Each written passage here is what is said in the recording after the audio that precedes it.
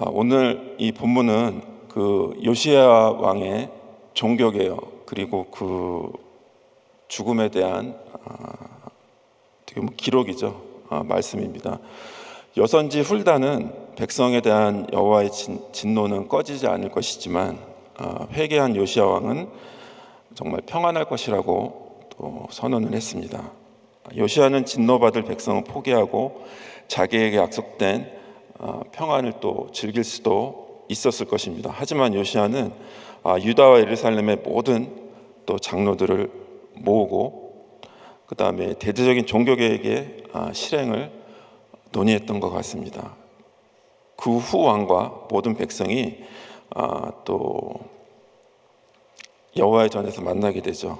왕은 유다의 모든 사람과 예루살렘의 거주민들, 제사장들과 선지자들과 모든 백성이 어른으로부터 아이까지 여호와의 전 안에서 발견한 언약책의 모든 말씀을 읽어서 듣게 했습니다. 그가 말씀을 듣고 회개했던 것처럼 백성들도 회개하기를 기대했었습니다.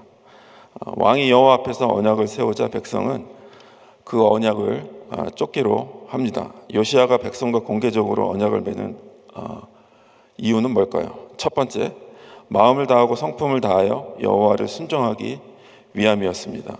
요시야는 12살 무렵에 1차로 첫 번째로 종교개혁을 했지만 마음과 성품을 다한 것은 아니라고 생각했던 것 같습니다. 그는 이제부터는 다하여 또 여호와를 사랑하기를 원했습니다. 두 번째로는 그 계명과 법도와 율례를 지켜 살기 위함이었습니다. 말씀에 대한 구체적인 순종은 여호와를 또 사랑하는 표현이죠. 그분의 말씀을 지키지 않으면서 여호와를 사랑한다는 것은 정말 사랑한다고 할 수 없는 일입니다. 세 번째로는 이 책에 기록된 이 언약의 말씀을 이루게 하기 위함이었습니다. 요시야는 하나님 언약에 충실한 왕과 백성이기를 원했습니다. 요시야의 관심은 심판을 피하는 일에 있지 않았습니다. 그의 말 속에 개혁을 통해 재앙을 피하거나 복을 받으려는 그 목적이 전혀 없었던 것이죠. 요시야가 집중하고 있는 오직 한 가지는 언약입니다. 성경에서 발견한 율법책조차 언약책이라 부를 만큼 언약에 아주 지대한 관심을 보입니다. 복과 심판을 중심으로 생각했다면 이미 결정된 하나님의 뜻 앞에서 인간의 모든 행위는 정말 의미가 없을 것이라고 결론을 내렸을 것입니다. 하지만 언약을 중심으로 생각하면 결론이 달라지게 됩니다. 하나님의 진노가 결정되었어도 진노하실 그날까지 언약 백성답게 살아야 할 의무가 남아있기 때문입니다. 요시야의 언약 중심적인 태도는 이 땅에 살아가는 하나님의 백성의 또 삶의 의미를 잘 드러냅니다. 하나님께서 죄 많은 세상 중에서 나를 선택하시고 구원의 평안을 약속해 주신 사실에 만족하면서 언약 백성답게 살아가야 할 의무를 정말 포기한 자세는 정말 요시야의 태도하고 아주 상반되는 일이죠. 내가 어떻게 해볼 수 있는 일이 아니라며 하나님 백성답게 살도록 요청하기를 포기하는 마음도 요시야의 태도와 또 상반됩니다. 당시 유다 백성은 하나님의 백성이라는 이름은 가졌지만 세속의 흐름에 완전히 함몰되어서 회복할 수 없을 만큼 영적으로나 도덕적으로나 방탕해져 있었습니다. 그럼에도 요시야는 하나님 백성다운 삶을 살기 위해서 마음을 다하고 정말 성품을 다해서 또 노력하는 일이 신정 왕국의 왕과 백성이 가져야 할 마땅한 태도임을 아주 바르게 이해하고 있었습니다. 결과는 맡기고 다만 왕의 직무에 충실하려고 했습니다. 그 율법주의를 반대하고 하나님 은혜를 강조하려는 의도가 하나님 백성의 의무마저 무시하면 성경의 가르침을 아주 넘어서게 되는 일이 되죠. 성경의 율법주의는 반대하지만 인간의 노력을 하나님의 은혜와 함께 말할 수 없는 배타적인 범주로 또 분류하지도 않습니다. 본문에서도 요시야의 노력을 부질없는 짓이나 백성을 개혁의 소용돌이로 몰아넣은 율법적인 행동으로 정죄하진 않았습니다. 율법주의는 율법도 지켜야 구원을 얻을 수 있다는 사상이고, 또 신율법주의는 율법도 지켜야 이미 구원을 유지할 수 있다는 사상인데, 요시야에게서 그런 태도는 또 발견할 수 없었습니다. 내 노력이 하나님의 은혜와 심판의 결정을 바꿀 수 없음을 알면서도 마음과 힘을 다해서 언약에 충실하려고 노력하는 것은 율법적인 태도가 아니죠. 4절에서 7절에 여호와의 전을 중심으로 청결케 하는 작업이 드디어 시작됩니다. 열왕기상 16장 32절, 사마리아에 건축한 바알의 사당 속에 바알을 위하여 단을 쌓으라. 사마리아의 그 바알 신당에 대해서 이야기하고 있고, 열왕기상 18장 18절, 저가 대답하되 내가 이스라엘을 괴롭게 한 것이 아니라 당신과 당신의 아비의 집이 괴롭게 하였으니 이는 여호와의 명령을 버렸고 당신이 바알들을 쫓았음이라. 이스라엘이 그 괴롭힘을 당한 원인이죠. 요시야는 먼저 우상을 섬기는 기구부터 제거합니다. 바알과 아세라와 하늘에 있는 해와 달과 별을 숭배하기 위해 만들었던 모든 기명이 제거되었고, 다음으로 우상을 섬긴 자들을 제거합니다. 산당에서 분향하며 우상을 섬기게 한 제사장들과 자신들에게 분향한 자들이 아주 쫓겨났습니다. 다음에는 우상 자체를 제거합니다. 또 아세라상을 제거했으며, 모세는 광야에서 송아지 우상을 불사르고 빻아서 가루로 만들었는데, 요시야도 불사르고 빻아서 가루를 만들어 제거합니다. 마지막으로 가증한 남색행의 거처를 제거합니다. 미동의 집이 또 헐렸죠. 출애굽기 34장 13절, 너희는 도리어 그들의 단들을 헐고 그들의 주상을 깨뜨리고 그들의 아세라상을 찍을지어다. 정말 말씀을 정말 요시야가 순종한 그 모습을 볼 수 있죠. 사사기 6장 26절, 또 이 견고한 성 위에서 내 하나님 여호와를 위하여 규례대로 한 단을 쌓고 그 둘째 수소를 취하여 내가 찍은 아세라 나무로 번제를 드릴지니라. 정말 기드온의 그 우상 제거하는 모습이죠. 요시야 왕이 아주 똑 닮았습니다. 요시야 열정보다 놀라운 것은 이상의 모든 것이 여호와의 전으로부터 제거되었다는 또 사실입니다. 예배 도구들과 예배를 주관하는 직분자와 예배 대상이 정말 모두 부패하고 있었습니다. 14년 전에 1차 종교개혁 때는 정말 성전을 청결하게 하지 않았다는 사실 역시도 놀라운 일이었습니다. 열왕기 기자가 1차 개혁을 생략한 까닭이 예배 개혁이 없는 개혁은 아마도 올바른 개혁이 아니라고 생각했기 때문이었을 것이라고 또 추측을 할 수 있습니다. 그동안 하나님의 백성은 각종 잡신을 숭배하면서도 잘못된 일로 생각하지 않고 있었습니다. 심지어 하나님이 정 가운데 버젓이 남색하는 집을 두고도 부끄럽게 여기지 않았습니다. 이방 세계의 풍속들을 정말 받아들여서 즐기면서도 죄라고 느끼지도 또 생각하지도 않았었습니다. 8절에서 14절에서는 산당을 중심으로 유다 땅에 청결케 하는 작업이 이루어집니다.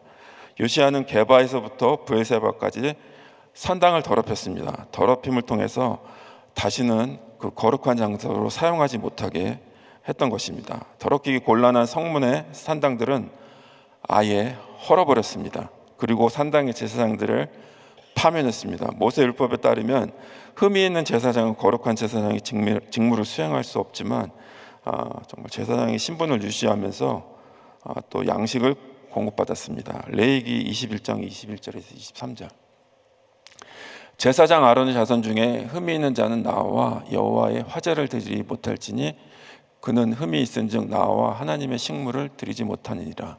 그는 하나님의 식물에 지성물이든지 성물이든지 먹을 것이나 장 안에 들어가지 못할 것이요 단에 가까이 못할지니 이는 그가 흠이 있음이라. 이와 같이 그가 나의 성소를 더럽히지 못할 것은 나는 그들을 거룩하게 하는 여호와임이라. 아멘. 요시야는 율법에 따라 우상 숭배로 더러워진 제사장들을 여호와의 단에 올라갈 수는 없게 했으나 제사장 신분으로 무교봉 먹을 수 있도록 조치했습니다. 요시야는 우상을 숭배할 수 있는 환경조차도 아주 차단을 했습니다. 베닌논 골짜기의 도벳을 넘어서 더럽혀서 몰록에게 드리기 위하여 그 자녀를 불로 지나가게 하지 못하게 했습니다. 또 유다 여러 왕이 우상에게 바치고 세운 것들을 제하고 헐었습니다. 이스라엘 역사상 대왕이라고 호칭할 수 있을 솔로몬이 세웠던 아스타롯과 그모스와 밀곰을 위한 산당조차 더럽혀졌습니다. 아스타롯은 그리스 신화의 아프로디테, 로마 신화의 비너스에 해당한 여신이고, 그모스와 밀곰은 몰록과 함께 인간을 제물로 드려야 하는 우상입니다. 성경은 그러한 것들을 가증한 것들로 또 여기죠. 요시야의 개혁은 성역이 없었습니다. 조상의 업적이나 왕가의 전통까지도 봐주지 않고 말씀에 따라 개혁했습니다. 이스라엘 역사에서 문화재나 예술품으로 보존되었을 만한 것까지도 아끼지 않았습니다. 깨뜨리고 찢고 사람의 해골로 채웠던 행동에서 요시야의 그 처절하고 단호했던 그런 태도를 볼 수 있습니다.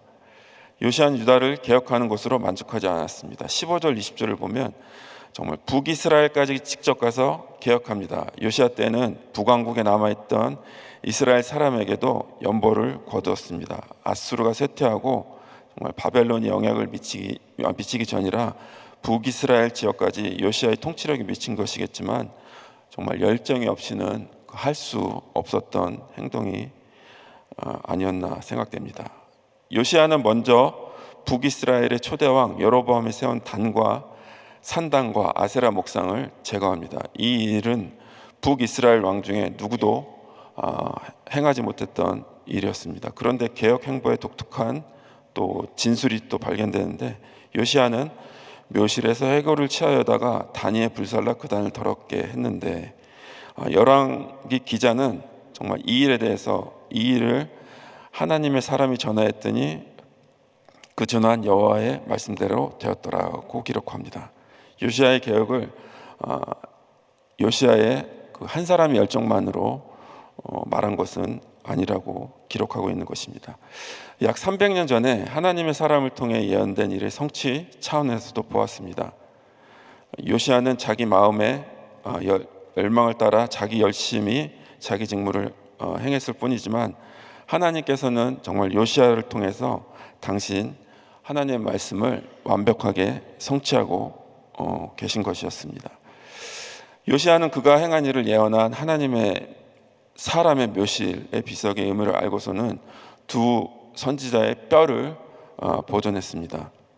여호와의 말씀을 사랑했으므로 하나님의 말씀을 가감없이 전했던 하나님의 종에 대해서는 시신조차 아주 예우한 것입니다. 반면에 사마리아 각 성읍들을 돌며 산당을 제거하면서 거기에 있는 산당의 제사장들은 모두 단위에서 죽인 후에 예루살렘으로 돌아왔습니다. 북이스라엘의 제사장은 레위 자손이 아니었기 때문에 유다의 제사장들처럼 직무만 중지시키지 않았습니다. 요시야는 여호와의 말씀을 사랑하는 자는 존중했고 하나님의 말씀을 멸시하는 자는 엄중하게 대했습니다. 지금까지는 하나님께서 정말 하지 말라고 금하신 말씀에 따라 개혁했다면 21절 23절에는 하라고 명하신 말씀에 따른 그런 개혁입니다. 히스기야 시대에서도 정말 유월절에 지켜진 적이 있지만 남유다뿐만 아니라 북이스라엘 백성도 유월절에 참석한 것은 요시야 시대 처음이자 마지막으로 또 있었습니다. 요시야 18년에 시행된 이 유월절은 이 언약책에 기록된 대로 철저하게 지켜졌다는 또 특징이 있습니다.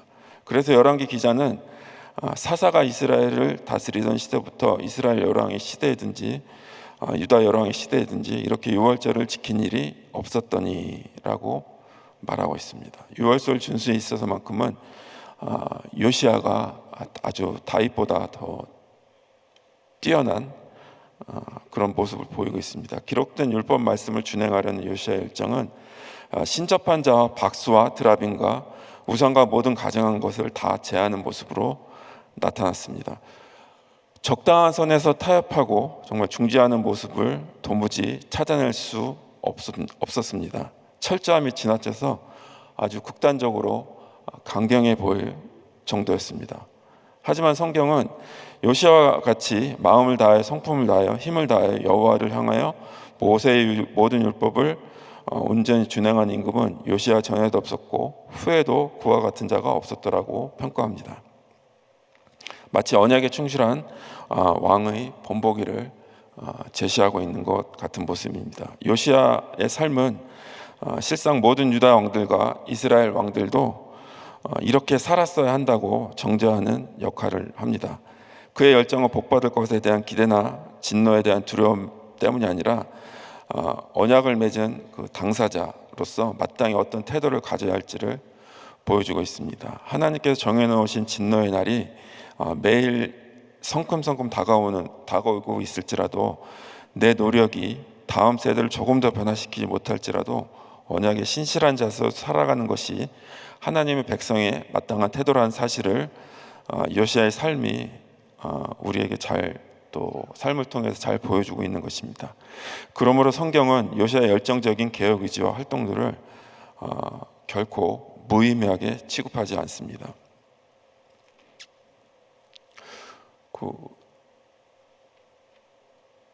오늘 본문을 읽으면서 참 의문이 됐던 부분이 하나 있는데, 요시아 왕이 참 어린 나이에, 지금으로서는 상상할 수도 없죠. 8살의 왕에 오르고 또 선대 왕들의 그런 잘못도 있었지만 정말 하나님의 말씀대로 순종하려고 하고, 지금 오늘 그 열왕기하 21장에 보면은 그 개혁을 단행했을 때 정말 열심히 했거든요. 근데 또 오늘 본문에 보면은 젊은 나이에 세상을 떠나게 됩니다. 38살이더라고요. 이렇게 보니까.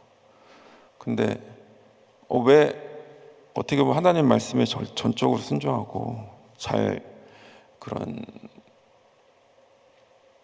하나님의 뜻을 잘 행하려고 했던 사람이었는데 갑자기 죽었을까? 그 전쟁 나가서 물론 전사했지만 오늘 이 한 구절 말씀입니다. 열왕기하 23장 26절 말씀 보시겠습니다. 그러나 여호와께서 유다를 향하여 진노하신 그 크게 타오르는 진노를 돌이키지 아니하셨으니 이는 므낫세가 여호와를 경노케 한 그 모든 경노를 인함이라. 요시야 왕의 잘못이 아니라 므낫세가 저지른 그 폐악 있죠. 하나님에 대한 죄. 그러니까 그 일들이 그 요시야 왕이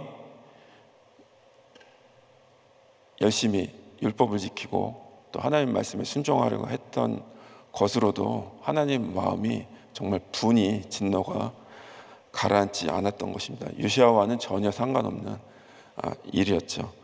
정말 하나님의 백성이라면 정말 누구나 요시야처럼 말씀을 준행하려는 열정을 가져야 하지만 정말 오늘 이 본문에서 보면 정말 하나님께서 왜 그렇게 행하셨는지 알 수 있습니다. 요시야보다 더 열정적으로 개혁할 사람은 정말 이전에도 없었고 앞으로도 없을 것입니다. 그럼에도 요시야의 열정이 하나님의 진노를 막지는 못했습니다. 여호와께서는 여전히 내가 이스라엘을 물리친 것 같이 유다도 내 앞에서 물리치며 내가 뺀 이 성 예루살렘과 내 이름을 거기 두리라 한 이전을 버리라고 말씀하셨습니다. 정말 요시야가 열정적으로 개혁했는데도 백성들의 사실 마음은 그렇게 근본적인 변화가 없었던 것 같습니다. 정말 므낫세 왕이 해놓은 그 일들이 우상숭배 제일 큰 죄죠. 불순종이니까 그 죄에 대한 그 뿌리가 우리 백성들 마음속에, 이스라엘 백성들 마음속에 여전히 자리 잡고 있었기 때문이었던 것 같습니다.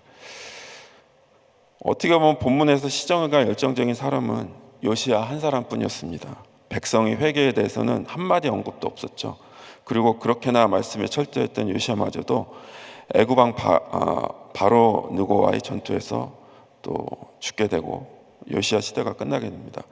백성의 마음에 깊이 박혀 있었던 므낫세 시대의 죄는 요시야의 죽음과 더불어 다시 옛삶으로 돌아가게 아마 했었을 것 같습니다. 만일 개혁 의지와 활동이 강조점이라면 요시야의 개혁은 실패한 것이고 무의미했던 것으로만 또 평가를 해야 됩니다. 본문은 요시야를 언약에 충성스러운 왕으로도 평가하면서도 인간의 열정에 가진 또 한계를 아주 잘 보여줍니다.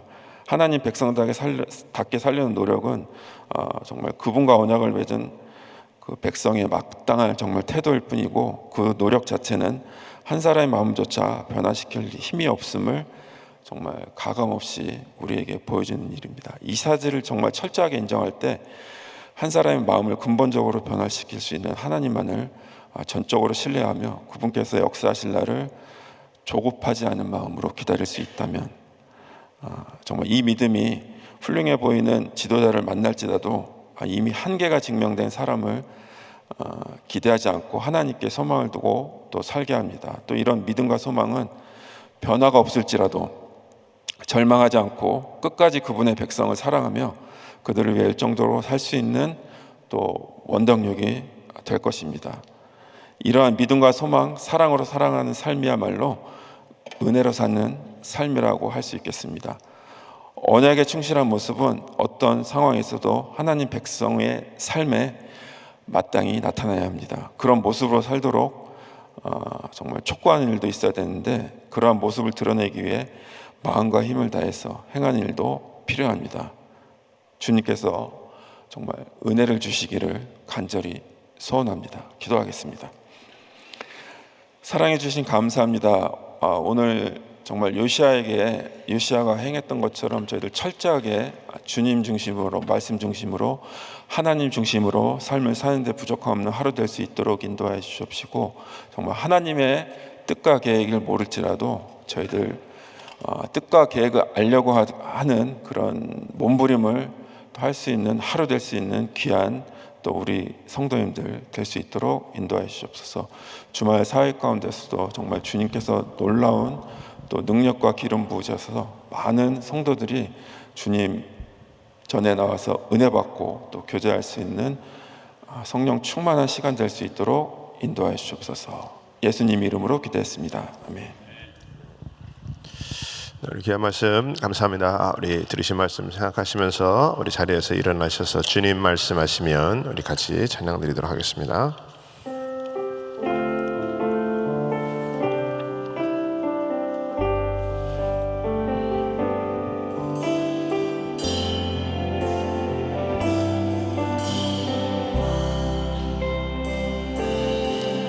주님 말씀하시면 내가 나아가리라. 주님 뜻이 아니면 내가 멈춰서리다.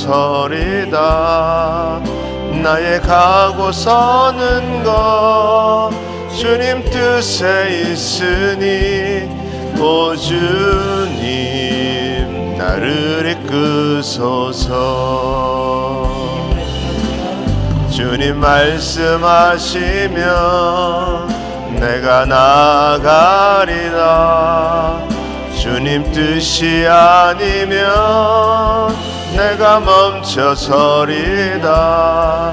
나의 가고 서는 것 주님 뜻에 있으니 오 주님 나를 이끄소서. 우리 한번 두 손 드시고 찬양합니다.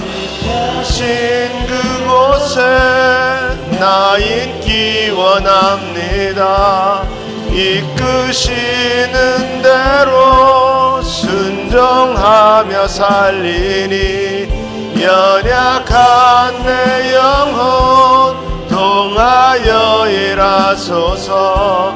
주님 나라와 그 뜻을 위하여 뜻하신 그곳에 나 있기 원합니다. 이끄시는 대로 순종하며 살리니 연약한 내 영혼 동하여 하소서. 주님 나라와 그 뜻을 위하여 오 주님 나를 이끄소서. 우리 하나님의 백성은 하나님의 말씀에 순종하는 삶이 되어야 될 줄 믿습니다.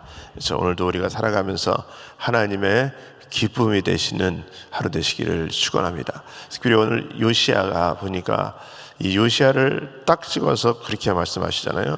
모든 율법을 온전히 준행한 임금이 요시아 전에도 없었고 요시아 후에도 그와 같은 자가 없었더라. 오늘도 우리가 살아갈 때 오늘이 우리한테는 전에도 없고 후에도 없을 줄 믿습니다. 그러면 오늘 우리가 이렇게 하루 살아가면서 정말 하나님의 뜻대로 하나님을 기쁘시게 해드린 대로 여러분 말씀에 순종하는 삶으로 승리하시기를 예수 이름으로 축원합니다. 자, 우리 마음에 소원이 있으신 분들은 가슴에 손을 모시고 아픈 분들은 아픈 곳에 손을 얹으시기 바랍니다. 거룩하신 아버지 하나님 감사합니다. 오늘도 하나님 우리에게 또 말씀하시고 요시아가 하나님 말씀에 또 순종하며 아버지 하나님 개혁을 한 것처럼 우리들의 삶 가운데도 우리가 개혁되어야 될 것이 하나님의 말씀에 비춰봤을 때 어떤 것인지를 다시 한번 결단하게 하시고 주님 앞에 기쁨이 될 수 있는 귀하고 복된 하루 될 수 있도록 하나님 우리를 이끌어 주시옵소서. 이 시간에 아버지의 마음에 소원하는 것들을 하나님 기억하시고 아버지의 모든 문제의 해결자는 우리 주님이신 줄 믿습니다. 우리 하나님 우리들의 마음의 소원을 응답하여 주시옵소서. 모든 묶여져 있는 것들이 다 예수의 이름으로 풀어지게 하여 주시옵소서. 모든 막혔던 것들이 예수의 이름으로 열려지게 하여 주시옵소서. 아버지의 가정의 문제, 또 직장의 문제, 사업장의 문제, 모든 관계의 문제, 육신의 연약한 문제, 근심 걱정 우리 하나님께서 친히 해결하시고 하나님의 기적이 오늘날 나에게도 역사하시는 하나님이심이 증거될 수 있는 위대한 간증자들 다 되게 하여 주시옵소서. 아버지 특별히 아버지 주님 육신이 아픈 자들 이 시간에 아픈 곳에 믿음으로 손을 얹었습니다. 여호와 라파 치유 하나님 모든 질병의 근원을 해결하시는 우리 아버지 하나님 죽은 자도 살리시는 우리 아버지 하나님 이 시간에 손을 얹은 곳곳마다 모든 죽은 세포들이 살아나게 하여 주시옵시고 예수의 이름으로 깨끗하게 치유받게 하여 주시옵소서. 내가 나사렛 예수의 이름으로 명하노니 모든 육신의 질병들은 떠나갈지어다 떠나갈지어다 떠나갈지어다 예수의 이름으로 해결받을지어다. 우리 하나님 도와주셔서 살려주시고 회복시켜주시고 하나님의 은혜가 있게 하여 주시옵소서. 모든 암덩어리들이 떠나가게 하여 주시옵시고 모든 아버지의 불면증들 떠나가게 하여 주시옵시고 관절염들 치유받게 하여 주시옵시고 아버지가 주님 모든 아버지가 주님 영적으로도 눌려있는 모든 부분들 다 해결받을 수 있도록 하나님 은혜 베풀어 주시옵소서. 오늘도 살아서 역사하시는 하나님 우리와 함께 하시는 주님 오늘 우리들의 기도 가운데도 하나님 응답하여 주시옵시고 주님의 살아서 역사하심이 경험될 수 있는 귀한 시간 되게 하여 주시옵소서. 오늘도 귀한 사역을 또 이루기 위해서 나와 계신 우리 담임 목사님 또 우리 모든 단기 선교팀들 하나님 붙잡아 주시옵시고 하나님의 역사를 이룰 수 있도록 우리 하나님께서 마음껏 들어 사용하여 주시옵소서. 지금은 우리 주 예수 그리스도의 은혜와 하나님의 크신 사랑과 성령의 역사와 교통 인도하심이 오늘도 하나님의 말씀 앞에 우리가 순종하며 기쁨이 되며 하나님 앞에 행복하고 영광 돌리는 귀한 시간으로 살아가기로 결단하는 모든 심령들 머리 위에 가정 위에 기업 위에 지금부터 영원토록 함께 할지어다. 아멘.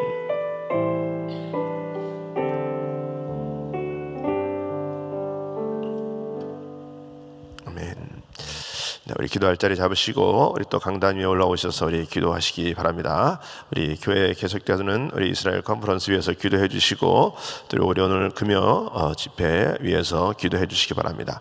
우리 또 담임 목사님 우리 사역과 가정을 위해서 기도합니다. 특별히 TD 사역 후에 우리 또 지속적인 그런 귀한 터키 땅에 은혜가 있게 하시고 또 우리 파리 또 프랑스 파리 은혜교회 또 귀한 또 집회 가운데 하나님의 영으로 충만케 채워달라고 위해서 기도해 주시기 바랍니다. 그리고 우리 여러 지체와 사역을 위해서 기도합니다. 우리 주차 사역국에 우리 김동철 목사님, 성현주 목사님, 전영육 장로님 또 모든 부서원들 하나님께서 또 은혜 주시고 귀한 사역 잘 감당할 수 있도록 매 시간 힘 주시옵소서. 위해서 기도해 주시고, 우리 한 분의 선교사님 가정은 오늘 정은실 정영자 선교사님이십니다. 우리 볼리비아 귀한 사역 감당하고 있는데 하나님께서 사역에 또 하나님의 역사를 이루게 하여 주시옵소서. 또 우리 성도님들 오늘 또 기도할 때에 하나님 함께 하시고 또 위로받고 해결받는 역사 있게 하여 주시옵소서. 우리 같이 한번 주여 부르짖고 통성으로 기도하겠습니다. 주여, 주여, 주여.